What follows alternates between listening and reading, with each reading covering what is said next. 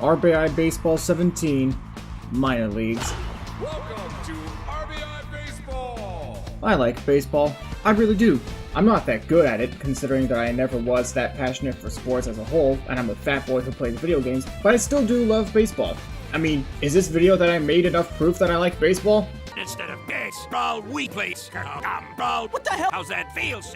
Instead of baseball bats, we use Bilbo bats. Incoming! I got it. No. No! Yeah, this here is not just any total bat. It's a total bat with a gold hip.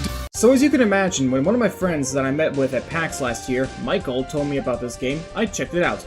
Unfortunately, I wasn't able to get my hands on a physical copy of the game, so I got myself a copy from the eShop.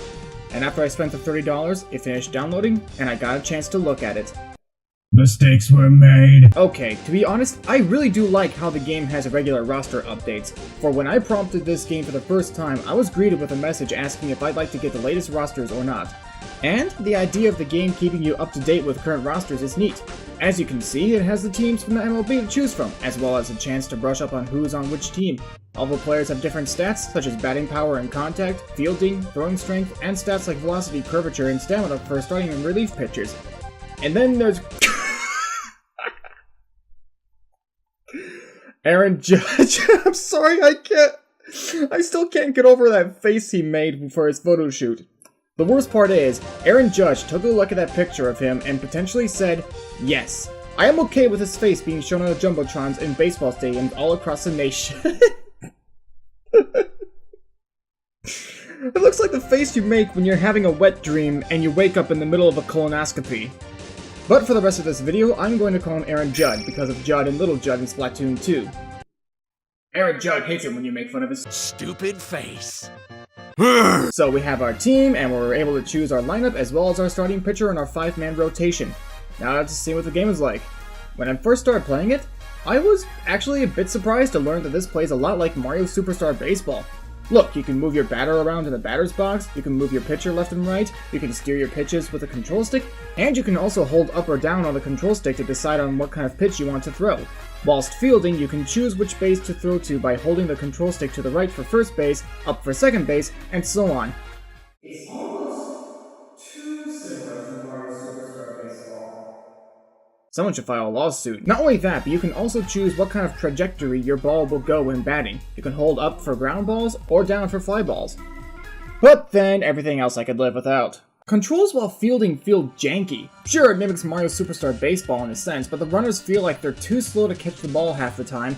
But what makes this worse is that the fielder that's the best candidate for catching a fly ball is not automatically selected for you when you're attempting to catch it.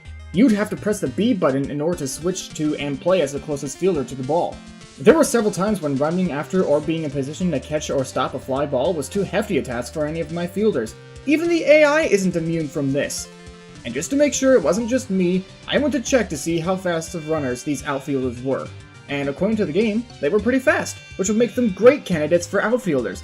And yet, they're not up to the task in this game. Oh, and by the way, FYI, just so you know, whatever you do, Don't throw the ball to the cutoff man. You know how in a real baseball game that either the shortstop or the second baseman would be the bridge between throws to make things easier on the fielders? Well, if you do that in this game, you risk crashing the game. When this first happened, I thought it was just a coincidence, but this has happened a few more times during the course of getting footage for this review. The worst part about it is, it just seems to happen whenever it wants to. You could be either in the home stretch, or you could be just starting the game, and if you make that one simple mistake, you'll risk crashing the game. This game came out in 2017, mind you. Why are the Houston Astros fans cheering for me if I'm the visiting team? Sure, the gameplay is fast-paced, but even then it doesn't feel exciting at all. I played an entire game with myself against the Astros during a season game, and I never felt engaged in what I was doing. Most of the time I was just infuriated on how bad everything felt and how unhelpful my teammates were. There was this one time where I actually got so bored that I even discovered this stupidity while I was messing around in the Astros game.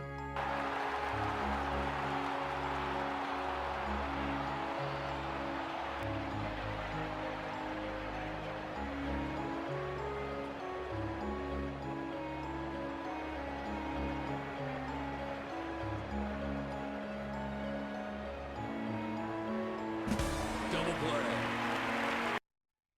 What? Pitching isn't all that good either now that I think about it. For anyone who knows enough about baseball, pitchers have different pitches that they can use. But there seem to only be certain pitches that every pitcher in this game is pigeonholed to. A regular pitch, whatever that means considering there is no such thing. Is that supposed to be an illegal pitch? A four-seam fastball, a changeup, a slider, and what looks like a forkball. But none of the different pitchers in the game have different pitches. How much do you want to bet that Chad Bradford wouldn't be throwing sinkers, or Tim Wakefield throwing knuckleballs, or Jamie Moyer throwing circle curves should this game have come out while they were still active in Major League Baseball? And this brings up yet another issue I have with this game. Take a look at all the options you can go through in this game. Take a look at all the things you can do with your lineups. Take a look at all the options at your disposal. Yeah, not very many at all. You don't have a whole lot else to do with this game besides baseball, jersey swapping, modifying your lineups, nothing. It just doesn't feel like there's any worth. And that's a key word right now. Worth. No customization, no making your own dream team, no creating your own ballparks, no creating custom characters, no extra modes like minigames, no unlockable things, to my knowledge, none of that fun freedom bullshit that people like nowadays, none of that.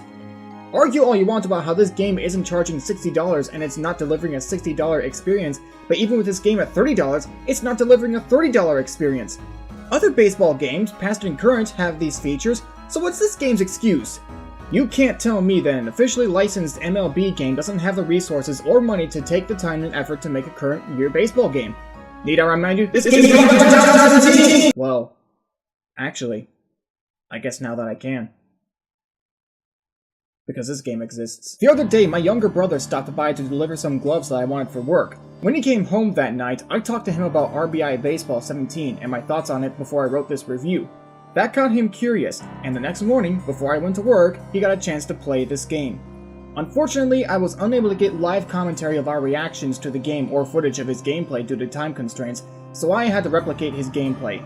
Frankly, he was confused with how the controls worked, considering that he ended up switching to relief pitchers in first innings. We only had time for 2 innings, but let's just say that R.B.I. Baseball 17 didn't get another fan that day.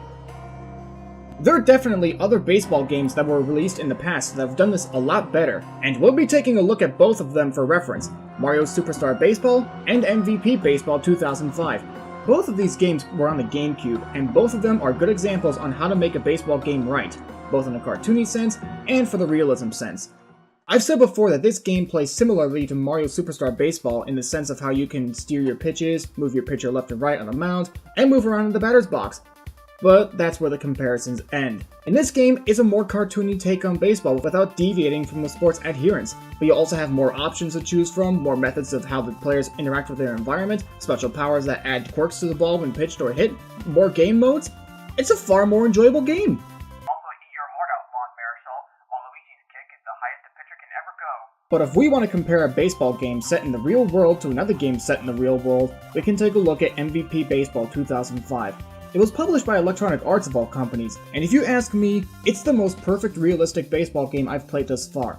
I haven't played MLB The Show, okay? I'd like to, but I don't have the time or money or resources to do so. And I know that Electronic Arts have been known to practice some unspeakable garbage in recent memory, but I do mean it when I say that MVP Baseball 2005 and Electronic Arts are worthy of critical acclaim in this scenario. You have more control over the many things such as rosters, which stadium you can play in, but not only that, you have control over customizable baseball players. You could create stupid pitchers like Crab to be the most overpowered pitcher in the MLB and have him take you to glory in October. Not only that, but you can also own a whole team. In owner mode, you can take control of your team by building a ballpark up, set prices for things like concessions and merchandise, design the look of your ballpark, manage staff, set promotional days, and attractions. You have so much more to do in MVP Baseball 2005 than you can do in R.B.I. Baseball 17. You're telling me that Electronic Arts had more resources at least a decade ago? Frankly, R.B.I. Baseball 2017 was a game that is set in today's world, but compared to earlier baseball games, it took way too many steps back. The package as a whole just doesn't work. But there are a couple things that R.B.I. Baseball 2017 does right. For one, I do love the attention to detail for the designs of the stadiums. I should know so because I've been to Target Field a few days before my birthday this year, and along with customer goodwill, I do appreciate how the game didn't load up the game with microtransactions, unlike NBA 2K18. It's just a shame that the production value is poor. To sum this game up in one sentence, it's not shovelware, but it's not serviceable.